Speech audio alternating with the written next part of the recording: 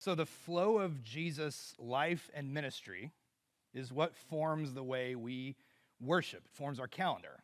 Advent,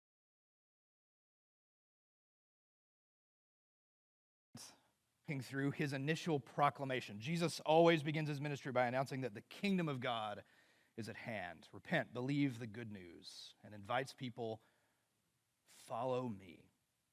Now in Matthew, which is where we've been for the last few weeks, that following of Jesus immediately takes us to his teachings in the Sermon on the Mount.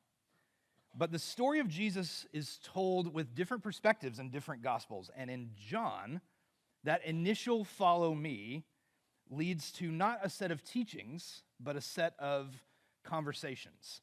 In John, most of the red letters, the bulk of Jesus doing teaching and talking, comes in the back end of John. We looked at this a year ago during Lent, called the space between, where from Maundy Thursday until he goes to the cross, Jesus shares all of these words with his followers. That comes in the back end of John. At the front of John, instead of Jesus leading right into teaching, he leads right into interactions. There's a lot of miracles that come on this level, and certainly those are kind of a good narrative structure for the Gospel of John as well. But more than just the way Jesus talks to people when he's doing a miracle, there's real value in not just the different kinds of people that Jesus talks to, but people who are walking through different seasons of their lives. Some of them experiencing a miracle in those moments, and others very much not. And Jesus, in all of these different ways, meets people right where they are. And the same is still true for us today. It's not just true for us here gathered for worship in this room, that Jesus is going to meet us right where we are. It's also true for the ways a church interacts with the community. I mean, again, just in the last 7 days, we had in this space, we had an incredible celebration. We mourned together over the loss of a young life. On Tuesday night, the Powell Elementary School second graders are going to be right here doing a musical about outer space. A church, not just a building, but a church is a place where we get to interact with all different seasons of life. And whatever is happening in our season of life, or whatever is happening in someone else's season of life, there's this belief that Jesus will meet them right there. And we know that because we see him do it, and we see him do it right away in the Gospel of John. So Lent, this period between Ash Wednesday and Easter Sunday, Lent is a time of self-reflection and often self-denial. And we're going to see Jesus meeting people there. Jesus is going to meet people in doubt, in differences, in debilitating situations. And Jesus is going to meet people even in death. But Lent also carries within it the truth that we're headed towards. The 40 days between Ash Wednesday and Easter never count the Sundays, because on Sundays we celebrate the resurrection. And that's not something we just do on Easter. It is the reason you are here on a Sunday morning, is because that's when Jesus was risen. We always like to joke and or point out that if you gave something up for Lent, the Sundays are meant to be a celebration.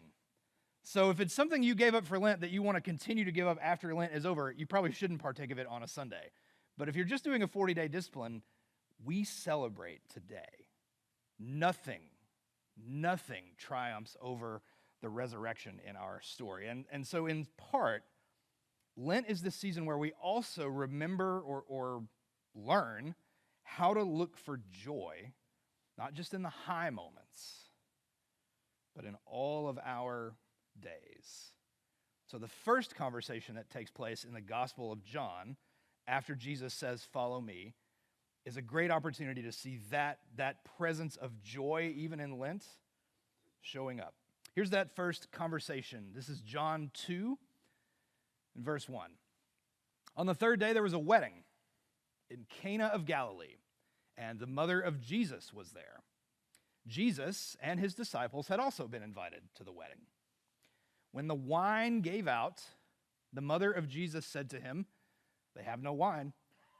And Jesus said to her, "Woman, What concern is that to you and to me? My hour has not yet come.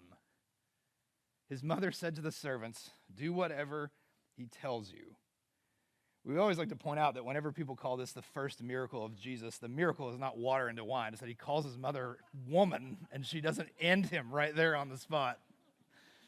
Sorry, all of our sins could have been forgiven, but Mary had to put him down after he did that. I love the consistent parenting ethic here too, even though Jesus would be 30 years old in this story. I love that Mary is like, just don't ask me questions. Just do what I say. Just do what I say. Running out of wine at your own wedding would have been a great shame in a time, even though this may be hard to believe, in a time when shame was an even more powerful tool socially than it is today. This is not social media shame where a famous person is run down by anonymous people with fake usernames that nobody knows. These people at this wedding, they know each other.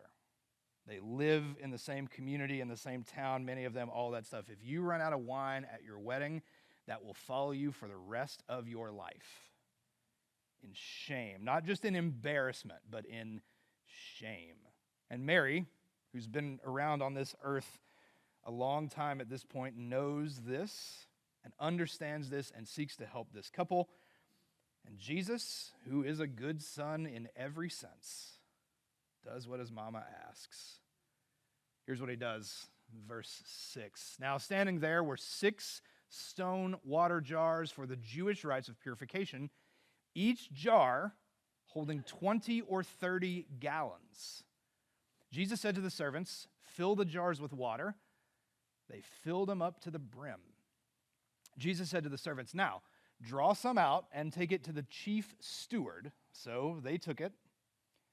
When the steward tasted the water that had become wine and did not know where it had come from, though the servants who had drawn the water knew, the steward called the bridegroom and said to him, everyone serves the good wine first, and then the inferior wine after the guests have become drunk, but you have kept the good wine until now.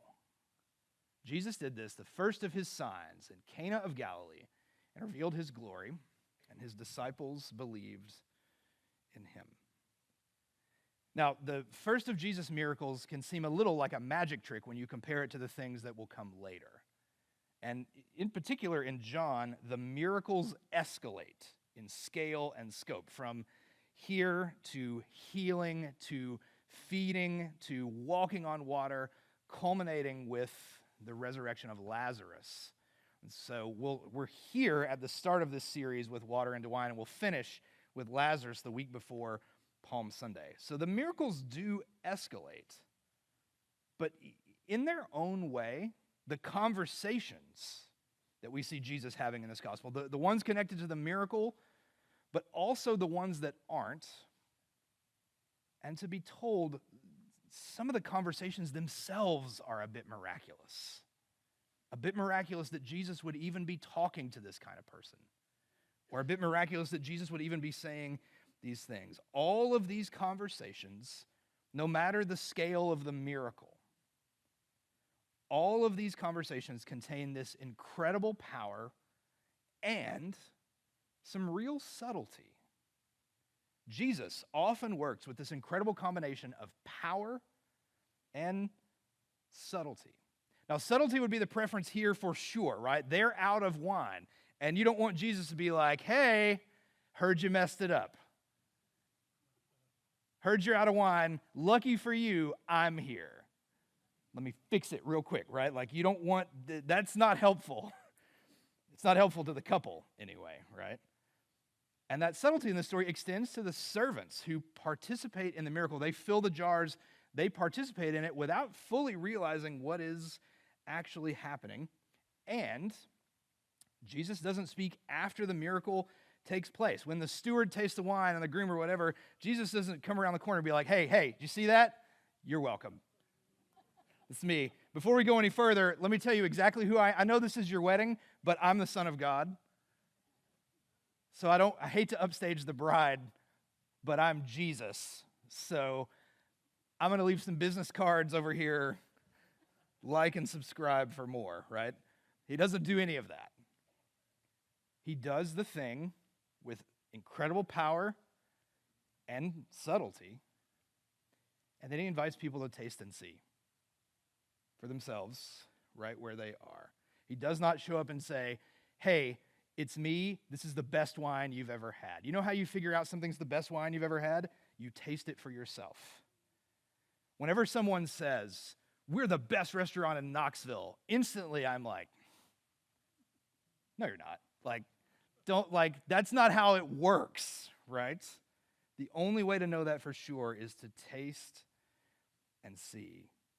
He doesn't reveal himself after the fact. In all these conversations in John that we'll look at in this series, the people Jesus reveals himself to the most are always the ones you least expect.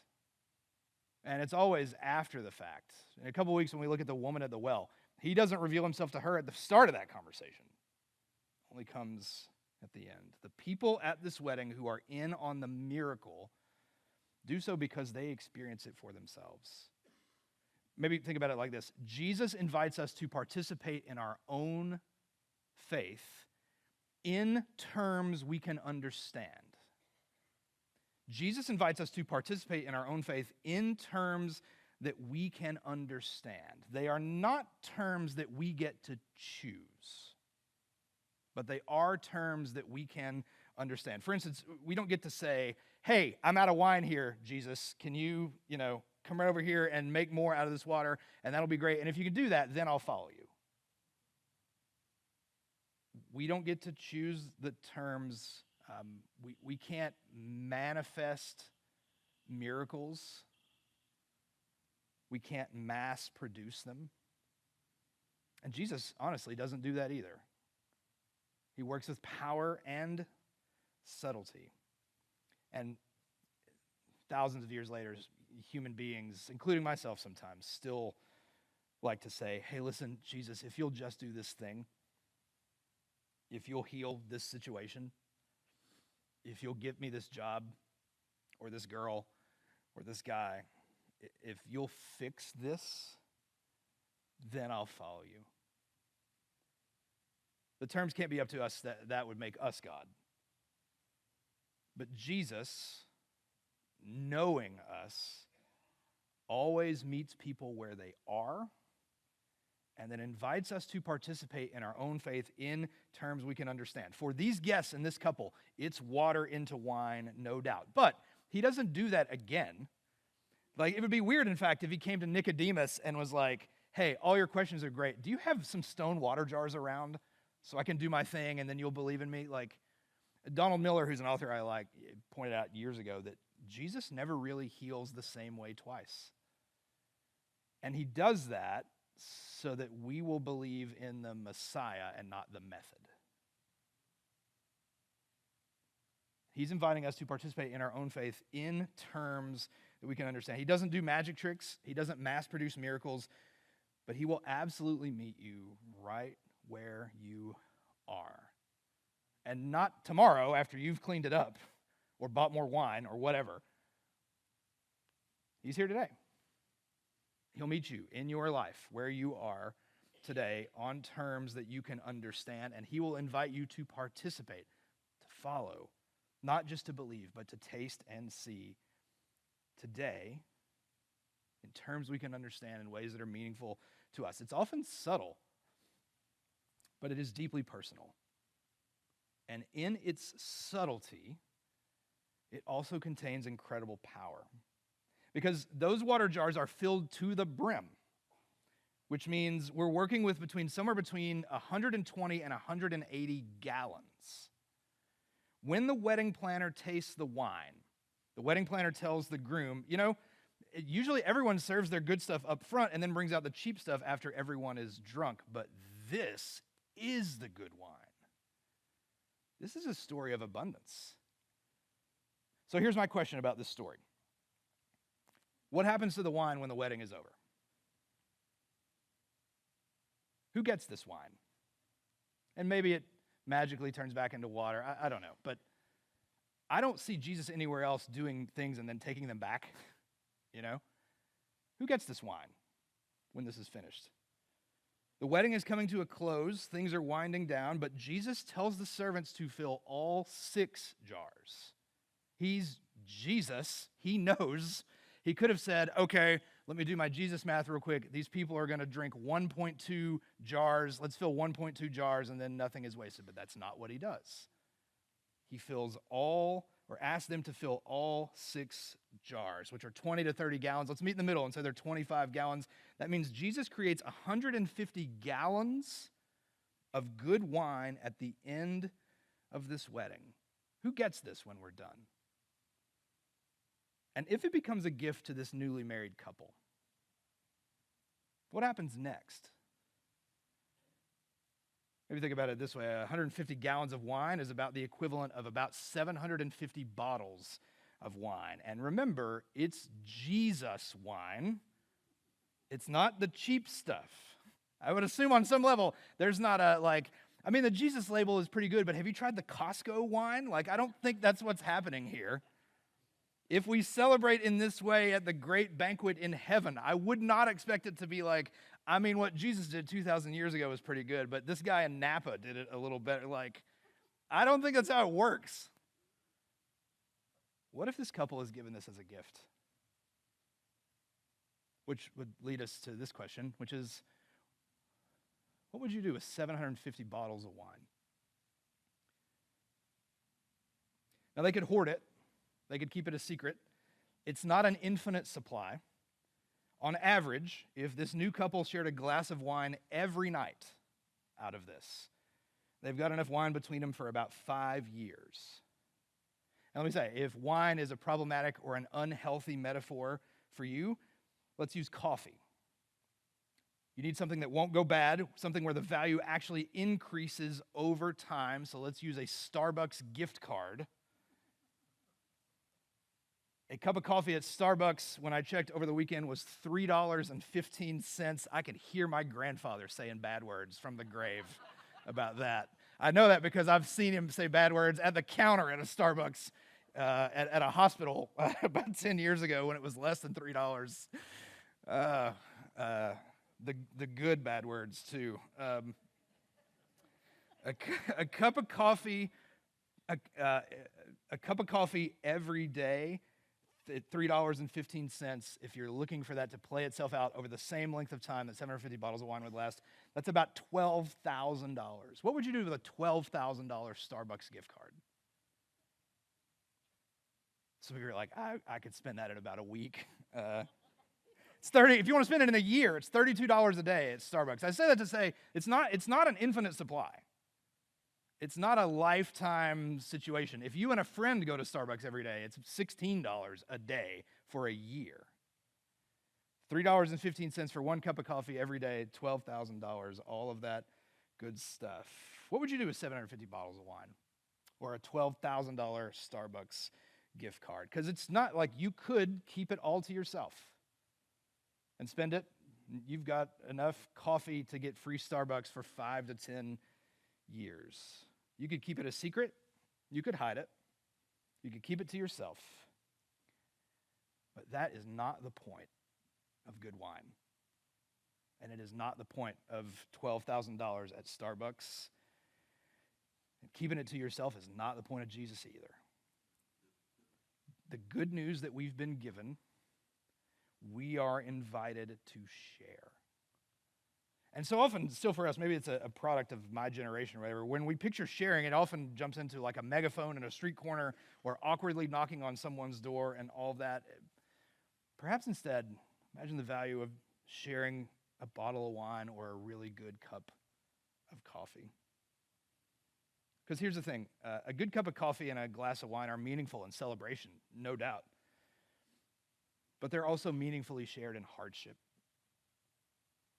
The start or the end of a long day shared between this couple, their friends, these people. Who might they invite? Who might they celebrate with? And within it, there is still the taste and see component. To believe in this thing, to participate in this thing right where you are today, because Jesus is going to meet you here. And to believe that this gift we've been given is not meant to be hoarded for ourselves, but to be shared with others. 9 years ago, this week, 9 years ago on the first Sunday of Lent, the church I was at, we were preaching a sermon series on the miracles, and so this was the first miracle. And my wife and I had been battling infertility for years, and we preached this sermon and got to put a picture on the screen of an ultrasound, of a Covington eventually. And we asked this question about the bottles of wine. And one of the things I remember most is feeling so loved and prayed for and all that, but also saying, like, hey, the news was good yesterday too. And I don't just need to believe in Jesus in celebration. I need a good cup of coffee and a conversation when I don't have something to celebrate, or it feels like it anyway. And I need it when I do. We don't want to lose sight. We don't want to be bad at celebration. That's not a good church. But there's this truth that he is going to meet you right where you are. Who can we surround ourselves to? Who in your life could use a good cup of coffee and a conversation and a reminder that Jesus is in our lives today? Because wherever you are, he's there too. And he's going to invite us to each other to reach out, to have these conversations, because Christ is risen even in the wilderness. And he's going to invite you to follow today. What would you do with 750 bottles of wine or $12,000 worth of Starbucks? What will we do with this great gift? And who might we share it with together?